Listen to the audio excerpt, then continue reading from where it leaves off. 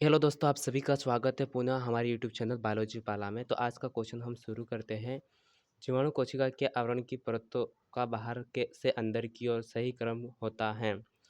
तो कोशिका भित्ति, ग्लाइकोकैलिक्स, कोशिका झिल्ली, ग्लाइकोकैलिक्स, कोशिका भित्ति, ग्लाइकोकैलिक्स, कोशिका भित्ति, कोशिका झिल्ली। ऑप्शन सी हो जाएगा मेरे दोस्त। नेक्स्ट क्वेश्चन, दोहरी सूत्र वाले वर्ताकार एवं नग्न डीएनए के स्वप्रतिकृतिकरण करने वाले बाह्य गुणसूत्रीय खंड होते हैं जो जीवाणु कोशिका में उपस्थित होते हैं। दोस्त, ये आपके पास होते हैं जिनका एज ए वेक्टर्स के रूप में इस्तेमाल करते हैं, जिसको हम कहते हैं प्लाज्मिड। ऑप्शन ए हो जाएगा। नीचे दिए गए कथनों को पढ़े तथा सही विकल्प का चुनाव करें।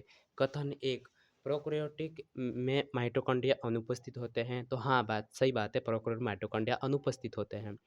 और प्रोकैरियोटिक में मेसोसोम उपस्थित होते हैं जो श्वसन में सहायक होते हैं। ये प्रोकैरियोटिक मेसोसोम उपस्थित होते हैं जो श्वसन में सहायक होते हैं। हाँ दोस्तों, ये भी सही बात है, प्रोकैरियोटिक में मेसोसोम होते हैं जो श्वसन में सहायक होते हैं। तो आपके पास दोनों कथन क्या है, सत्य हो जाएगा। ऑप्शन ए हो जाएगा। हमारे पास नेक्स्ट क्वेश्चन है, प्रोकैरियोट में पाए जाने वाले राइबोसोम का प्रकार होता है। तो प्रोकैरियोट में पाए जाने वाले जो राइबोसोम होता है उसका प्रकार दोस्त मेरे पास 70S प्रकार का होता है। कौन सा होता है? 70S प्रकार का। नेक्स्ट क्वेश्चन, नीचे दिए गए चित्र के बारे में कौन सा विकल्प सही है?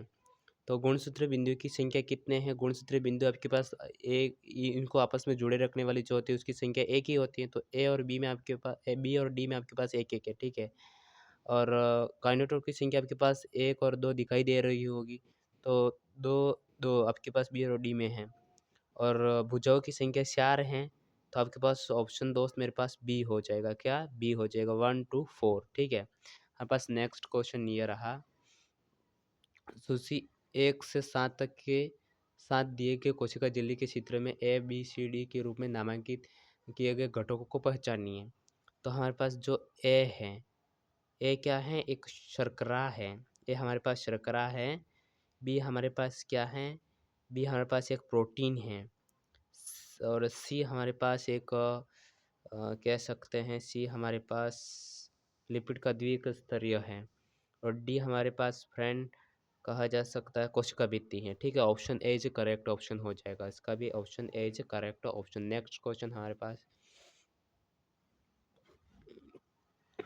प्लाज्मा झिल्ली में उपस्थित लिपिड अणुओं में ध्रुवीय शिरा एवं अध्रुवीय पूंछ होती हैं।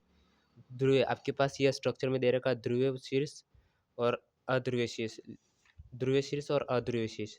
तो आपके पास जो अध्रुवीय है वो हमेशा अंदर की तरफ रहना पसंद करता है, और ध्रुवीय है शीर्ष वो बाहर की तरफ रहता है। तो दोस्त आपके पास ऑप्शन बी हो जाएगा। दोस्त, इस प्रकार का क्वेश्चन आपके नीट 2026 के अंदर पूछने की संभावना है। तो ये क्वेश्चन जरूर आप 2-3 बार पढ़ के जाइएगा, ठीक है। नेक्स्ट क्वेश्चन, गुणसूत्र के नीचे दिए गए चित्र ए बी व सी क्या दर्शाते हैं? ऑप्शन ए हमारे पास है गुणसूत्र बिंदु। ए हमारे पास होता है गुणसूत्र बिंदु, और बी हमारे पास क्या होता है? सैटेलाइट, और सी है हमारे पास द्वितीयक संकीर्ण स्थल। तो ऐसा ऑप्शन हमारे पास कहाँ देखने को मिल रहा है? गुणसूत्र बिंदु, सैटेलाइट डीएनए, और सी आपके पास द्वितीयक संकीर्ण स्थल। Option C is the correct option हो जाएगा। अभिकथन और तर्क बेस्ड हमारे पास 2 क्वेश्चन हम करते हैं।